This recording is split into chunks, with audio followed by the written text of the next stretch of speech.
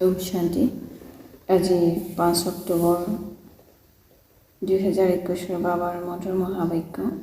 মৰমৰ সন্তানসকল, আত্মা আৰু শৰীৰ যি পতিত আৰু ক'লা হৈ গৈছে, পিতাৰ স্মৃতিৰে সেয়া পাৱন কৰি তোলা, কিয়নো এতিয়া পাৱন সৃষ্টিলৈ যাব লাগে। প্ৰশ্ন: ভগৱানক কোনসকল সন্তানে পায়? পিতাই কোনটো হিচাপ শুনাইছে?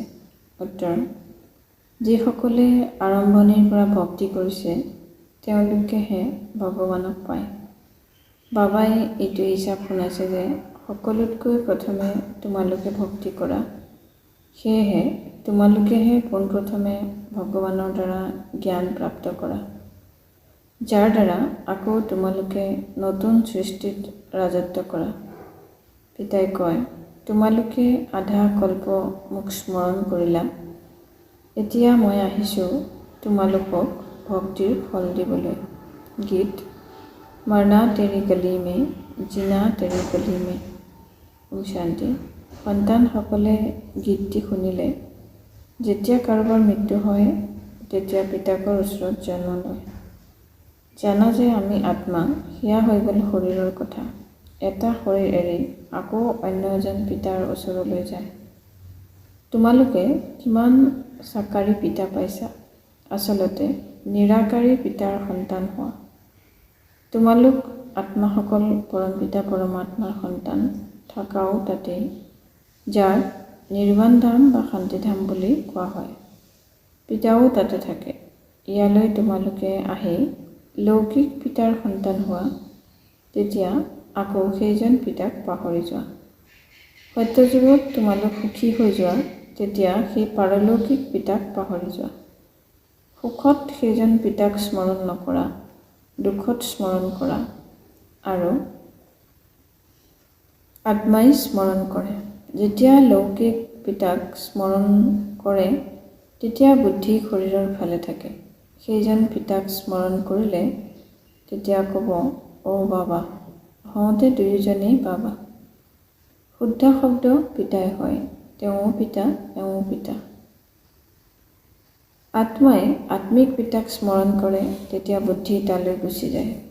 এয়া পিতাই বহি সন্তানসকলক বুজায়। এতিয়া তোমালোকে জানা যে বাবাৰ আগমন হৈছে আমাক নিজৰ কৰি লৈছে। পিতাই কয়, পোনপ্ৰথমে মই তোমালোকক স্বৰ্গলৈ পঠিয়ালোঁ। তোমালোক বহুত চহকী আছিলা। পুনৰ 84 জন্ম লৈ নাটকৰ পৰিকল্পনা অনুসৰি এতিয়া তোমালোক দুখী হৈ গৈছা। নাটক অনুসৰি এই পুৰণি সৃষ্টি নাশ হ'ব। তোমালোক আত্মা আৰু এই শৰীৰৰূপী বস্ত্ৰ শত্ৰুপ্ৰধান আছিল। পুনৰ সোণালী যুগৰ পৰা আত্মা ৰূপালী যুগত আহিল, তেতিয়া শৰীৰো ৰূপালী হ'ল, আকৌ তাম্ৰ যুগত আহিল। এতিয়াতো তোমালোক আত্মা একেবাৰেই পতিত হৈ গৈছা, সেয়েহে শৰীৰো পতিত। যেনেকৈ 14 কেৰেটৰ সোণ কোনেও পচন্দ নকৰে, ক'লা পৰি যায়, তোমালোকো এতিয়া ক'লা লৌহযোগী হৈ গৈছা। এতিয়া আত্মা আৰু শৰীৰ যি এনেকুৱা ক'লা হৈ গ'ল, তেন্তে আকৌ পবিত্ৰ কেনেকৈ হ'ব? আত্মা পবিত্ৰ হ'লে তেতিয়া শৰীৰো পবিত্ৰ পাব। সেয়া কেনেকৈ হ'ব? গংগা স্নান কৰিলে হ'ব জানো? নহয়। আহ্বানেই জনায় যে হে পতিত পাৱন আহক। এনেকৈ আত্মাই কয়, সেয়েহে বুদ্ধি পাৰলৌকিক পিতাৰ ফালে গুচি যায়।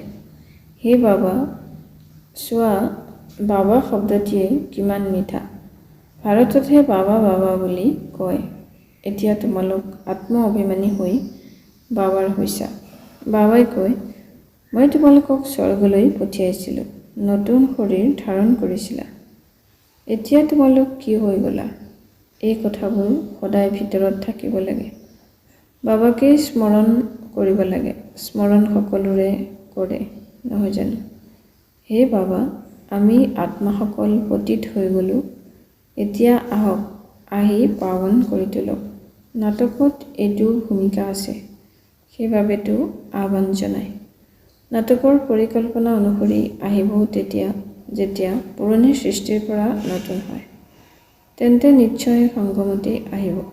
তোমালোক সন্তানসকলৰ নিশ্চয় আছে আটাইতকৈ মৰমৰ বাবা, কয়ো মিঠা, অতি মিঠা। এতিয়া মিঠা কোন হয়? লৌকিক সম্বন্ধত প্ৰথমে পিতা, যিজনে জন্ম দিয়ে, পাছত হৈছে শিক্ষক। শিক্ষকৰ পৰা পঢ়ি তোমালোকে পদমৰ্যাদা পোৱা। জ্ঞানক উপাৰ্জনৰ উৎস বুলি কোৱা হয়। জ্ঞান হৈছে নলেজ, যোগ হৈছে স্মৃতি। গতিকে বেহদৰ বিষয়ে কোনেও গম নাপায়। চিত্ৰবোৰত স্পষ্টকৈ দেখুওৱাও হৈছে ব্ৰহ্মাৰ দ্বাৰা স্থাপনা শ্ৰী বাবাই কৰায়। কৃষ্ণই কেনেকৈ ৰাজযোগ শিকাব? ৰাজযোগ শিকায়ে সত্যযুগৰ কাৰণে। তেন্তে নিশ্চয় সংগমত পিতাই শিকাইছিল চাগে। সত্যযুগৰ স্থাপনা কৰাওঁতাজন হৈছে বাবা, ব্ৰহ্মাৰ দ্বাৰা কৰায়। কৰণ কৰাৱনহাৰ হয়, নহয় জানো? তেওঁলোকেতো ত্ৰিমূৰ্তি ব্ৰহ্মা বুলি কৈ দিয়ে, কিন্তু উচ্চতকৈ উচ্চ শ্ৰী বাবা হয়। তেওঁ সাকাৰ, তেওঁ নিৰাকাৰ। সৃষ্টিও এইখনেই। এই সৃষ্টিৰহে চক্ৰ ঘূৰে, পুনৰাবৃত্তি হৈ থাকে। সূক্ষ্ম লোকৰ সৃষ্টিৰ চক্ৰ বুলি গায়ন কৰা নহয়। বিশ্বৰ ইতিহাস ভূগোল পুনৰাবৃত্তি হয়, গায়নো কৰে সত্যযুগ, ত্ৰেতা, দ্বাপৰ, কলিযুগ। মাজত নিশ্চয় সংগম যুগ লাগে, নহ'লে কলিযুগক সত্যযুগ কৰি কোনে গঢ়িব? নৰকবাসীসকলক স্বৰ্গবাসী কৰি তুলিবলৈ পিতা সংগমতহে আহে। যিমানে পুৰণি সৃষ্টি সিমানে অধিক দুখ। আত্মা যিমানে তমোপ্ৰধান হৈ গৈ থাকে সিমানে দুখী হয়। দেৱতাসকল হৈছে শতপ্ৰধান। এয়াতো সৰ্বোচ্চ কৰ্তৃত্ব ঈশ্বৰ পিতাৰ চৰকাৰ। লগত ধৰ্ম ৰজাও আছে। পিতাই কয়, তোমালোক শিৱালয়ৰ নিবাসী আছিলা, এতিয়া হৈছে বেশ্যালয়। তোমালোকে পাৱন আছিলা, এতিয়া পতিত হৈ গৈছা। সেয়েহে কোৱা আমিতো পাপী। আত্মাই কয়, মই নিৰ্গুণীৰ, কোনো গুণ নাই। যিকোনো দেৱতাৰ মন্দিৰলৈ গ'লে তেতিয়া তেওঁৰ আগত এনেকৈ ক'ব লাগে পিতাৰ আগত। তেওঁক এৰি ভাইসকলৰ পাছত লাগে। এওঁলোক দেৱতাসকল ভাই নহ'ল জানো? ভাই পৰাটো একো পোৱা নাযায়। ভাইসকলৰ পূজা কৰি কৰি অৱনমিত হৈ আহিছে। এতিয়া তোমালোক সন্তানসকলে জানা, পিতাৰ আগমন হৈছে, তেওঁৰ পৰা আমি উত্তৰাধিকাৰ পাওঁ। কোনোৱে আকৌ অখণ্ড জ্যোতি তত্ত্ব বুলি কয়। কোনোৱে কয় তেওঁ নাম ৰূপৰ পৰা ওপৰাং। হেৰৌ তোমালোকে অখণ্ড জ্যোতিস্বৰূপ বুলি কোৱা, তেন্তে আকৌ নাম ৰূপৰ পৰা ওপৰাম বুলি কেনেকৈ কোৱা? পিতাক নজনা কাৰণেই পতিত হৈ গৈছে। তমোপ্ৰধানো হ'বই লাগে। আকৌ যেতিয়া পিতা আহিব তেতিয়া সকলোকে পাৱন কৰি তুলিব। আত্মাসকল নিৰাকাৰী সৃষ্টিত পিতাৰ লগত থাকে। আকৌ ইয়ালৈ আহি সতো ৰজো তমোৰ ভূমিকা পালন কৰে। আত্মাইহে পিতাক স্মৰণ কৰে। পিতা আহেও কয় ব্ৰহ্মাৰ শৰীৰৰ আধাৰ লওঁ। এওঁ হৈছে ভাগ্যশালী ৰথ। আত্মাবিহীন ৰথ থাকে জানো? এনেকৈ কয় যে ভাগীৰথে গংগা নদী বৈ আনিলে। এতিয়া এনেকুৱা কথাটো হ'ব নোৱাৰে, কিন্তু একোৱে বুজি নাপায় যে আমি কি কওঁ। এতিয়া তোমালোক সন্তানসকলক বুজাইছোঁ, এয়া হৈছে জ্ঞান বৰ্ষা। ইয়াৰ দ্বাৰা কি হয়? পতিতৰ পৰা পাৱন হয়। গংগা যমুনাটো সত্যযুগতো থাকে।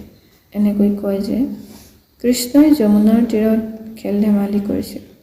এনেকুৱা কোনো কথা নাই। তেওঁতো সত্যযুগৰ ৰাজকুমাৰ। তেওঁৰ বহুত তত্ত্বাৱধানত প্ৰতিপালন হয়। কিয়নো ফুল নহয় জানো? ফুল কিমান ভাল সুন্দৰ হয়। ফুলৰ পৰা সকলোৱে সুবাস লয়। কাঁইটৰ পৰা জানো সুবাস ল'ব? এতিয়াতো হয় কাঁইটৰ সৃষ্টি। পিতা আহি জংঘলক ফুলৰ বাগিচা কৰি তোলে। সেয়েহে তেওঁৰ বাবুলনাথ নামো ৰাখি দিছে। কাঁইটৰ পৰা ফুল কৰি তোলে, সেয়েহে মহিমা গায় কাঁইটৰ পৰা ফুল কৰি তোলোতা বাবা। এতিয়া তোমালোক সন্তানসকলৰ পিতাৰ প্ৰতি কিমান মৰম থাকিব লাগে। এতিয়া তোমালোকে জানা যে আমি বেহদৰ পিতাৰ হৈছোঁ। এতিয়া তোমালোকৰ সম্বন্ধ তেওঁৰ সৈতেও আছে, লৌকিকৰ সৈতেও আছে। পাৰলৌকিক পিতাক স্মৰণ কৰিলে তোমালোক পাৱন হ'বা। আত্মাই জানে তেওঁ আমাৰ লৌকিক পিতা, আৰু এওঁ পাৰলৌকিক পিতা। ভক্তি মাৰ্গটো আত্মাই জানে তেওঁ আমাৰ লৌকিক পিতা, এওঁ ঈশ্বৰ পিতা। অবিনাশী পিতাক স্মৰণ কৰে। সেইজন পিতা কেতিয়া আহি স্বৰ্গ স্থাপন কৰে এইটো কোনেও গম নাপায়। পিতা আহি পতিতসকলক পাৱন কৰি তুলিবলৈ, তেন্তে নিশ্চয় সংগমতে আহিব। শাস্ত্ৰবোৰততো কল্পৰ আয়ুস লাখ লাখ বছৰ বুলি লিখি মনুষ্যক একেবাৰে ঘোৰ অন্ধকাৰত পেলাই দিছে। এনেকৈ কয় যে যিসকলে বহুত ভক্তি কৰে তেওঁলোকে ভগৱানক পায়।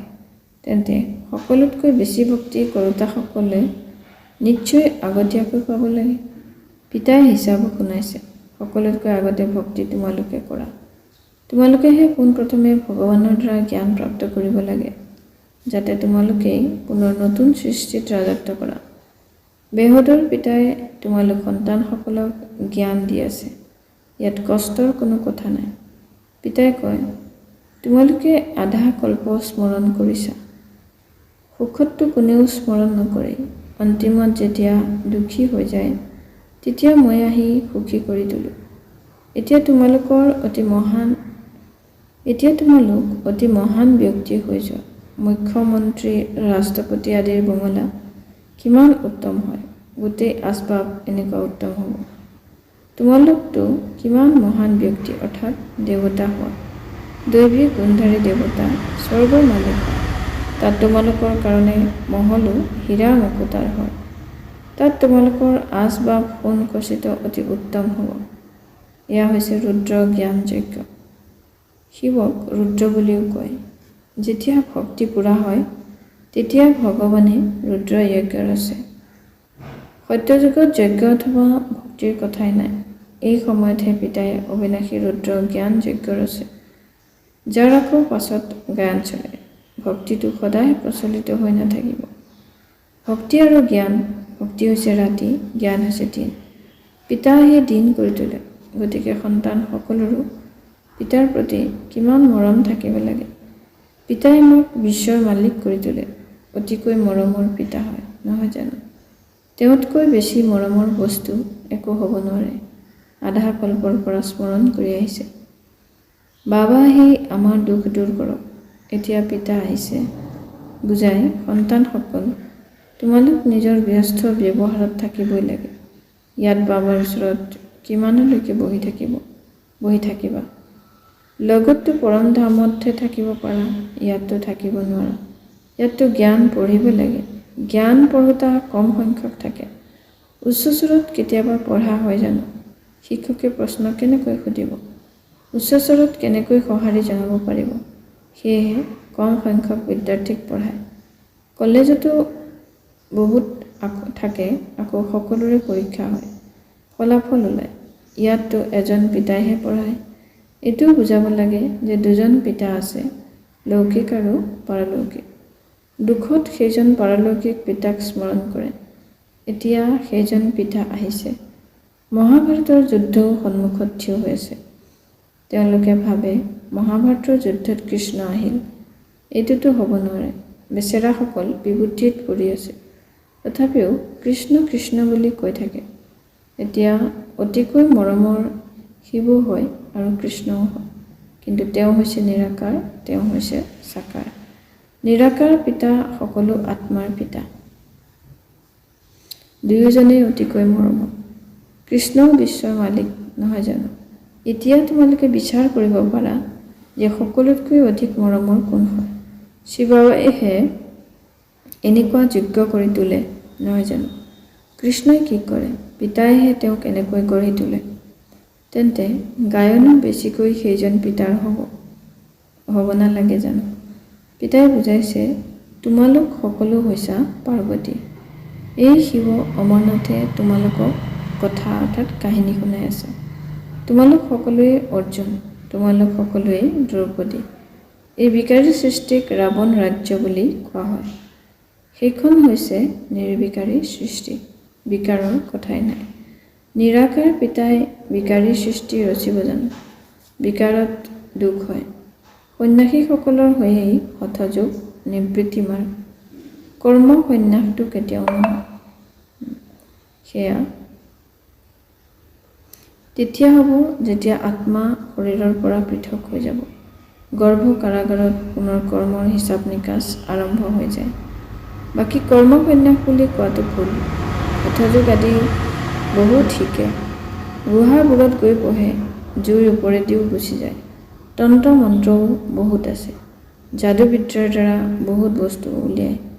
ভগৱানকো যাদুকৰ, ৰত্নাকৰ, সদাগৰ বুলি কয়, কিন্তু তেওঁলোকৰ পৰা কোনেও গতি সদ্গতি প্ৰাপ্ত কৰিব নোৱাৰে। সেইজনটো এজনেই সঁচা সদ্গুৰু আহি সকলোৰে গতি সদ্গতি কৰে। ভাল বাৰু, অতি মৰমৰ কল্পৰ পাছত পুনৰাই লগ পোৱা সন্তানসকলৰ প্ৰতি মাতা পিতা বাপ দাদাৰ স্নেহপূৰ্ণ স্মৰণ আৰু সুপ্ৰভাত। আত্মিক পিতাৰ আত্মিক সন্তানসকলক নমস্কাৰ। আত্মিক সন্তানসকলৰো আত্মিক পিতালৈ সুপ্ৰভাত আৰু নমস্কাৰ। ধাৰণাৰ বাবে মুখ্য সাৰ। 1 নম্বৰ, কাঁইটৰ পৰা ফুল কৰি গঢ়ি তোলোতা আটাইতকৈ মৰমৰ একমাত্ৰ পিতা। তেওঁক বহুত মৰমেৰে স্মৰণ কৰিব লাগে। সুবাসিত পাৱন ফুল হৈ সকলোকে সুখ দিব লাগে। 2 নম্বৰ, এই জ্ঞান উপাৰ্জনৰ উৎস। ইয়াৰ দ্বাৰা তোমালোকে 21 জন্মৰ কাৰণে মহান ব্যক্তি হোৱা। সেয়েহে এয়া জ্ঞান ভালদৰে পঢ়িব আৰু পঢ়াব লাগে। আত্ম অভিমানী হ'ব লাগে। বৰদান, বাপ দাদাক নিজৰ সংগী বুলি বুজি দুগুণ শক্তিৰে কাৰ্য কৰোঁতা সহজ যোগী হোৱা। ভাৱাৰ্থ, যিকোনো কাৰ্য কৰোঁতে বাপ দাদাক নিজৰ সংগী কৰি লোৱা, তেতিয়া দুগুণ শক্তিৰে কাৰ্য হ'ব আৰু স্মৃতিও বহুত সহজে থাকিব। কিয়নো যিজন সদায় লগত থাকে তেওঁৰ স্মৃতি স্বতঃ থাকে। গতিকে এনেকুৱা সংগী থাকিলে বা বুদ্ধিৰ দ্বাৰা নিৰন্তৰ সত্যৰ সংগ ল'লে সহজ যোগী হৈ যাবা আৰু শক্তিশালী সংগ হোৱাৰ কাৰণে প্ৰতিটো কৰ্তব্যত তোমালোকৰ দুগুণ শক্তি থাকিব, যাৰ দ্বাৰা প্ৰতিটো কাৰ্যত সফলতাৰ অনুভূতি হ'ব। শ্লোগান, মহাৰথী তেওঁ যি কেতিয়াও মায়াৰ প্ৰভাৱত পৰৰ বশৱৰ্তী নহয়। ওম শান্তি।